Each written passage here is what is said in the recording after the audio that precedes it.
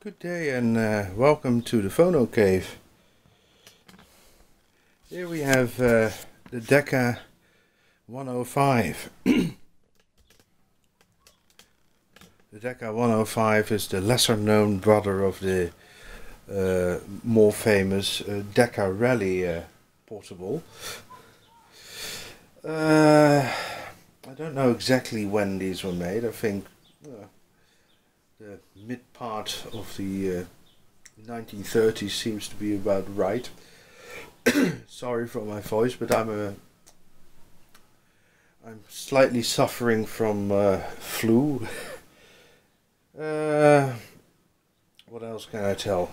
Oh yes, downside to this portable is that it's kind of a thumb cracker. Because if you want to extract the needle like this, you have attention to flop that, and if your thumb is accidentally in there, then you have a problem. Also with cranking, there's damage here, and that damage isn't there for nothing, because when you crank this thing, you have a tendency to kind of hit the lid, and then it will close as well on your thumb. That's probably on the other side to keep the suitcase from bouncing around. Also, the crank system is quite interesting. It's not a detachable crank, it's a crank that stays in the suitcase. It has a system that slots in to an axle on the other side, but it slots in at a slight angle, so that you can quite literally crank around the corner, because the axle going to the spring is level. Pushing it back in is a bit of a bitch. There it is. Now it's in. And you see the crank goes slightly up. Not the best of systems. Certainly, the thumb cracking, the thumb crushing thing isn't very nice. Well, I don't know very much about the Decca 105. It's a British machine, that I do know, even though it does have a very American, almost birch kind of look to it. This bit here, there belongs to an album in there, and apparently, what I've seen, that album is always lost. So this machine is pretty much as complete as it can be. I've seen examples with the album, but mostly I've seen examples without it. I'm even thinking that the album itself was an option. You could go for the album, or you could leave it. It would cost a bit extra. Well, let's see if we can play a record. Of course, I put a Decca record on it from approximately the same time, a bit later, I think.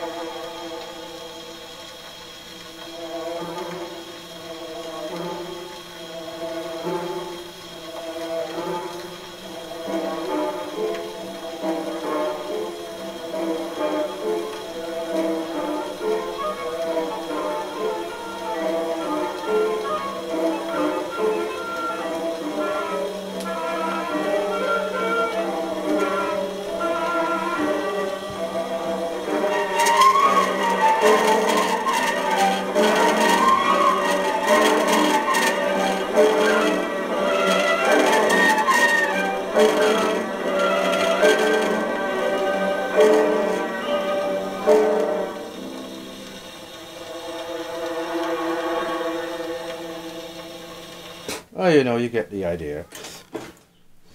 It's a pretty nice machine to look at. but it's a bit of a bitch to work. Could it be a daily player? Yes, I think it could be a very good daily player. The sound box is a bit off. I've got one here. I don't know if it's any better. There we go.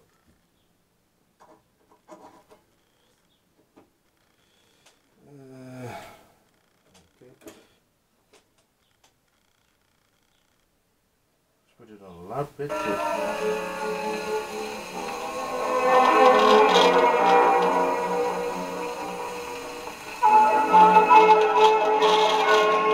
Definitely needs to be rebuilt. That's another one of my problems at the moment, is that I'm lacking the rubbers for the sound boxes.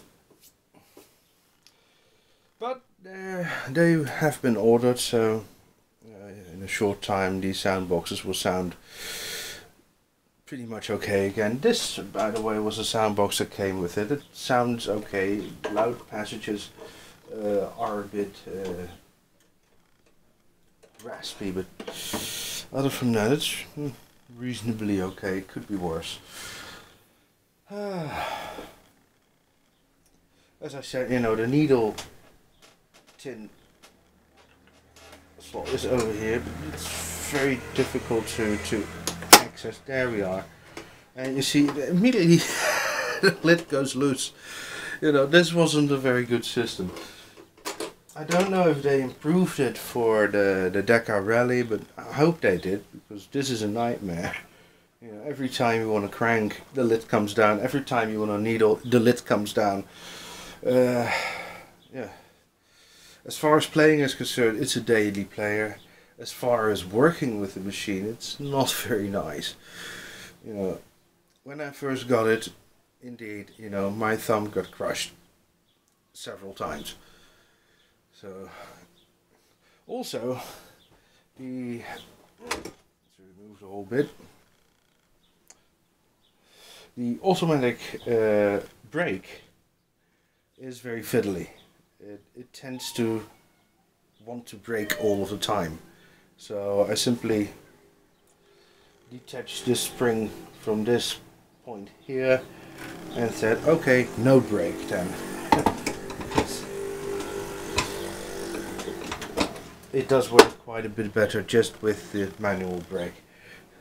But other from that, you know, everything is in working condition. Even the auto brake is, its parts are still moving and kind of working, but not very good. But probably they were never really good.